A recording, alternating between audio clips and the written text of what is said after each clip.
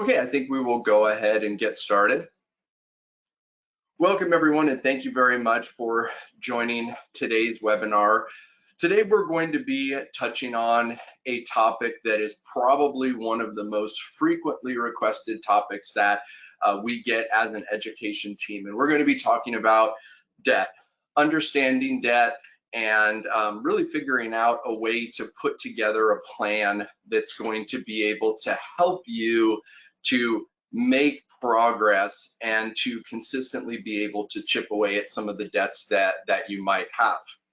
My name is Kyle Bingham, and I'm the managing director for our financial wellness program. And myself and my team, we've had the opportunity to help thousands and thousands of individuals over the years as they're working towards achieving financial wellness. And I think that the topic of debt is something that I think can be very stressful as you start to look at your own individual situation. And I think that it's something that is so important to really get a grasp for it and to understand how you can go about figuring out a way for you to feel better and more confident as you start to move forward with your financial planning, and how paying off that debt becomes a critical or important point in that. And as we kick things off, one thing I also want to reiterate is that I want to give each of you a sense of confidence, because like I said, with the individuals that we've worked with over the years, just having debt can be very stressful. And I don't want anyone to think that it's necessarily bad. It's a reality of life, and it's something that many of us have struggled with or deal with at different points in time. And really, regardless of where you are at right now, I hope that today, as we walk through some of these different considerations and some of these debt repayment strategies, that you do feel better about your situation. And regardless of where you're at, the important thing is to take a step forward today as you start to look at how you're going to tackle your own debt. What I'd like to do to kind of kick things off is talk about some of the different considerations that I want you to be thinking through as you start to look at some of these different debt repayment strategies that we're going to talk about today. And I think first and foremost, we want to talk about the financial goals that you've set for yourself. Now, obviously, the goal is we want to become debt-free, or as debt-free as possible. But digging a little bit deeper into that, I want you to start to think about, what is it that you really want to have happen with that debt? Are you looking to just reduce the number of debts that you have as quickly as possible? Or mathematically, are you looking at it from the standpoint of, I want to make sure and be able to actually save money on interest, for an example? Those are two different strategies, and I'm going to be able to share both of those with you today. We also need to talk about the different types of debt, and you'll need to determine the type of debt that you have as it relates to your own situation. We have secured versus unsecured, and that a type of secured debt would be something like your mortgage, and there's collateral attached to it, your home. Then you have unsecured debt, which the most common one is going to be your credit cards. But in addition to credit cards, there's other personal loans and such that are unsecured because there's no collateral that's attached to them. You also are going to have revolving credit lines versus installment, and that just means that are these credit lines that remain open and you can use them and use them again as long as you don't go over that credit limit? Or is it an installment loan where it's a fixed amount, and over a certain period of months or years, there's fixed payments that are going to pay that off? And then lastly is going to be the idea of good debt versus bad debt. And for those of you that have attended the webinars over the years, we've talked about this on several different occasions. There's different ways to look at the good debt versus bad debt. The way that I kind of look at it is, good debt would be something that, is it going up in value? Is it adding value? Is it creating more wealth? And some would say that a home or real estate is an example of that you have a loan attached to that, but over time that home may be increasing in value. And then when you look at bad debt, really that's primarily going to be things like high interest credit cards or payday loans or high interest personal loans. So it's important that you look at the different types of debt that you have, because it's also going to affect the repayment strategy that you're going to use. Understanding interest rates, just like understanding the type of debt, you want to know what those actual interest rates are, because again, that's going to impact you not only in the short term, but the long term as well, and it will also affect the way that you pay down your debt. And then lastly, understanding your balances, depending upon whether you want to chip away at a lot of debts quickly, or if you're more focused on paying down those debts with high interest rates. Having all of this information is a really good place to start. And once we have that, then we can start to look at how we're going to go about paying down that debt. Another real easy, quick tip, there's a lot of good apps that are out there now, whether it's running your credit report. You can go to annualcreditreport.com. There's apps like Credit Karma. These apps really have the large majority of that information on there. So if you've never really just put together a list of your debts and the type of debt it is and the interest rates, you can definitely start there as a way to start to compile that list.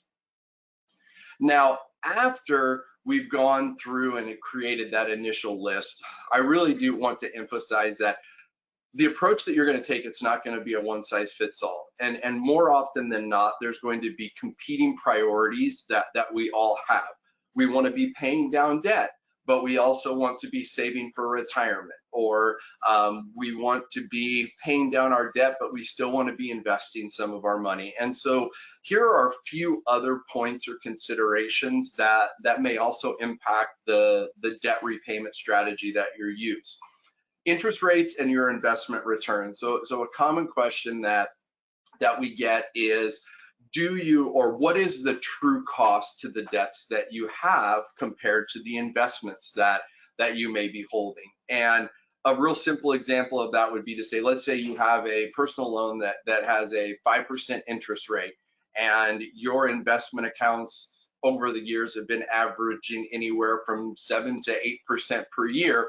In this particular situation, despite the fact that you do carry some debt, the overall result is you still have some growth of your assets, because that interest rate is lower than those investment returns. But we also have to acknowledge too just the inherent risk that comes from investing.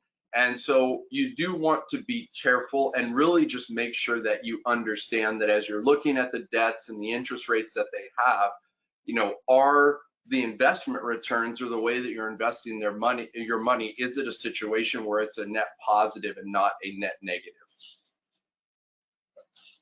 Another very common goal that may be competing with paying down your debt is building that financial safety net, or that emergency fund. We've talked about that over time you want to have 3 to 6 months worth of living expenses in some type of a very easy to access savings account, or CD perhaps, but very, very short term.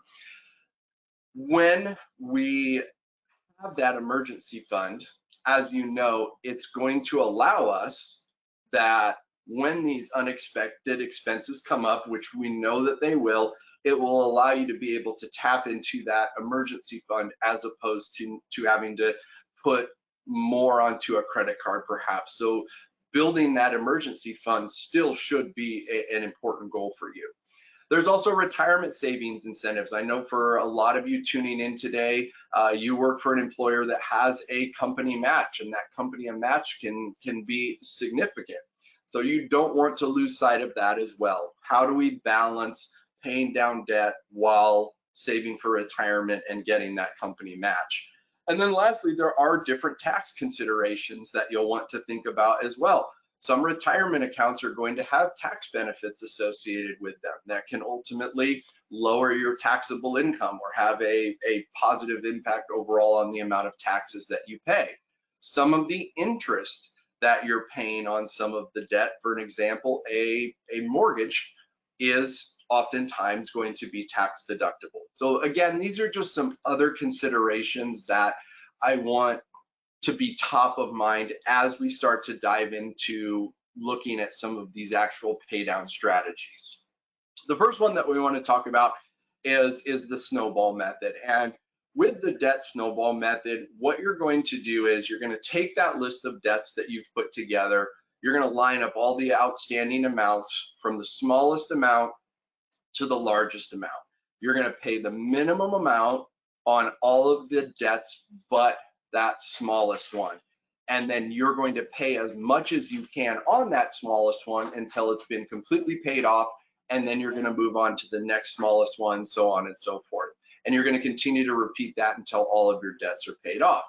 The positive or the pros of this type of approach, it can be an easier transition into paying down your debts. It can show improvement right away because you're chipping away at one of those smaller balances, and it's a quick win.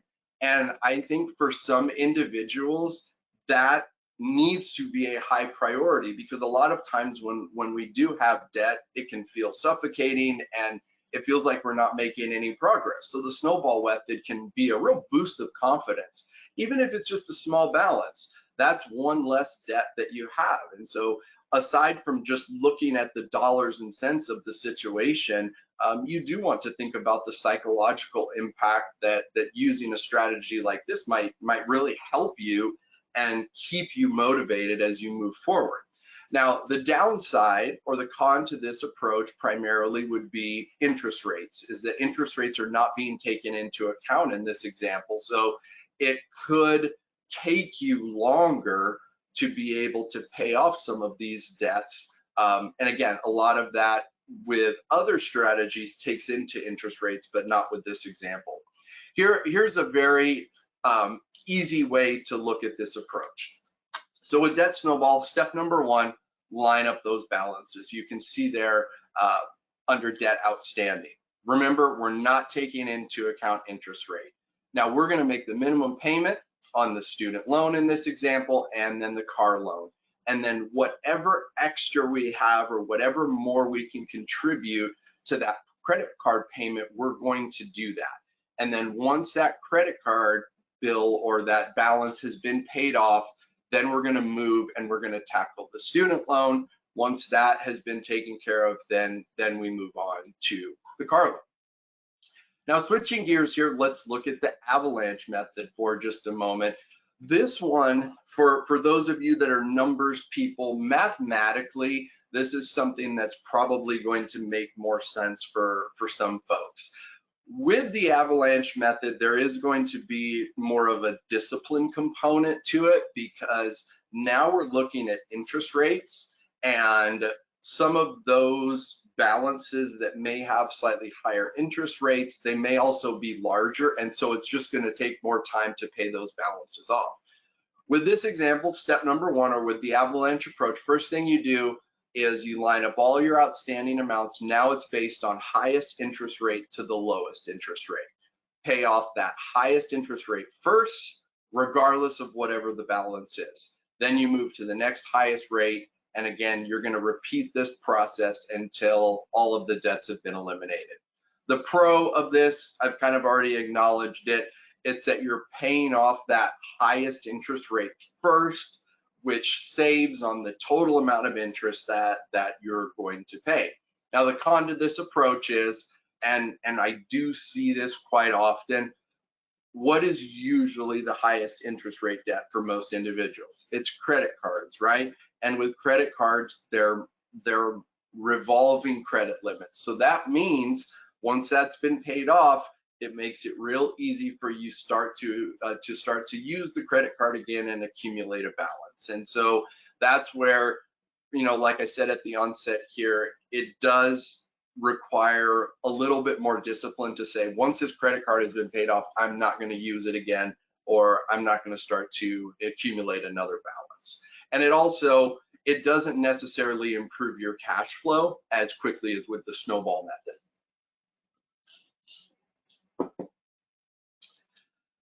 So we've gone through the process of looking at our debts. We've looked at a couple of different ways that we can approach paying down that debt. Now we need to put all of this into action. And I think for a lot of individuals, they get to the step that we're going to look at right now. And this is where I see a bit of a misstep at times, because this is probably one of the most important pieces, which is actually incorporating it into your budget and into your financial plan. So the example that I want to walk you through now is an example of a person's monthly budget. We're using the 50-30-20 approach to budgeting. Again, that's something that we've talked about a number of times here during this webinar series. And this is a great way for you to start to see actual dollar amounts and numbers as it relates to your situation. In this example, we've got a monthly income of $4,000, okay? And 50% of that 4,000 is going to go towards our needs, which if you look over on the left-hand side, that's going to be $2,000. And remember, needs are going to be your basic things like your mortgage or your rent, your groceries, your utilities, things like that. Next, we're going to take 30% of that $4,000, and that's going to go towards our wants. Dollar amount here is $1,200. These are going to be things like the different streaming services that we all subscribe to. It could be going out to lunch, going out to dinner. That falls into this bucket of 30% of your monthly income. And then the remaining 20%, which in this example is $800, this is what's allocated towards your savings or your debt repayment. And I think that, again, kind of talking a little bit about where maybe the misstep or some of the mistakes happen, it's that this $800 that I'm going to walk you through right now, we don't incorporate it into our budget the way that we should. And oftentimes this $800 just gets left in your checking account. And then before you know it, because we didn't allocate it to a specific place or to a specific expense, if you will, we just use that money up, right? And so with this 20%, with this $800, we need to prioritize paying down our debt while simultaneously trying to balance saving for our future and saving for retirement. So here's an example of what that might look like. This person has credit card debt of $5,000 with an APR of 19%, and then they have a car loan of $15,000 with an APR of 7%. Now in this example, whether you use Debt Snowball or Debt Avalanche, the first debt that this person would prioritize would be that credit card. It happens to be the lower balance. It also happens to be the highest APR. So now we take that $800 and we move down into these 4 steps that you see at the bottom of the slide. One of our goals is we want to continue to build out our emergency fund. So we're going to take 200 of that 800 and we're going to build our emergency fund for the next 12 months. Step number 2, we're going to also take $200 of that 800 and we're going to contribute that into our employer 401k to get the full company match. Step number 3, we're going to take that remaining $400 and we're going to put all of that towards our credit card debt. And this is going to be on top of whatever the minimum payment is. And it's going to allow us to pay off that balance a lot faster. Once that credit card payment, or I should say that credit card balance, once that has been paid off, then we're going to contribute an additional $200 now to building up our emergency fund if we haven't gotten to that 3 to 6 months of living expenses. And then we're going to take an additional $200 and start to put that towards paying down our car loan a little bit faster.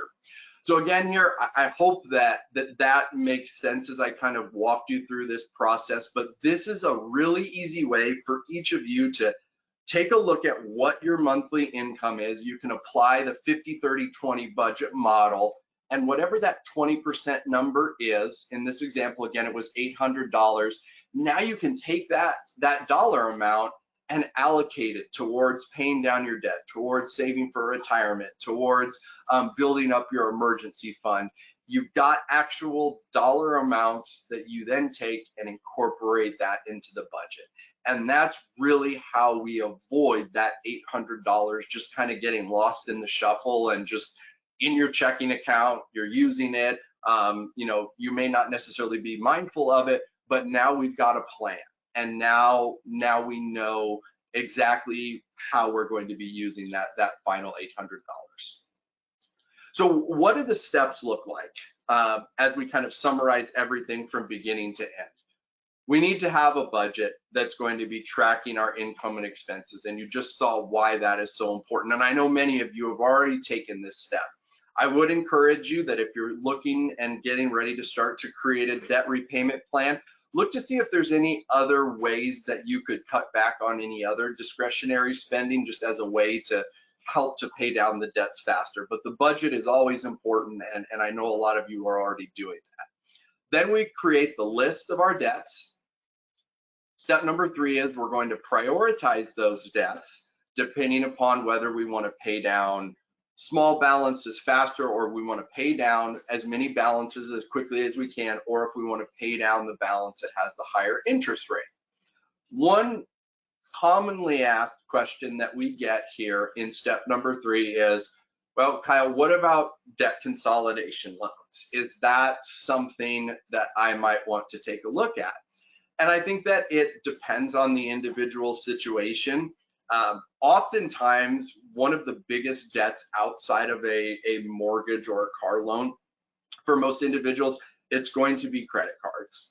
And so what happens oftentimes is when a person does take out a debt consolidation loan, they're using that loan to pay off those credit card balances. Now, in theory, that is a good thing in that debt consolidation loan is going to have a lower interest rate, oftentimes, and a much lower interest rate than whatever that credit card interest rate is.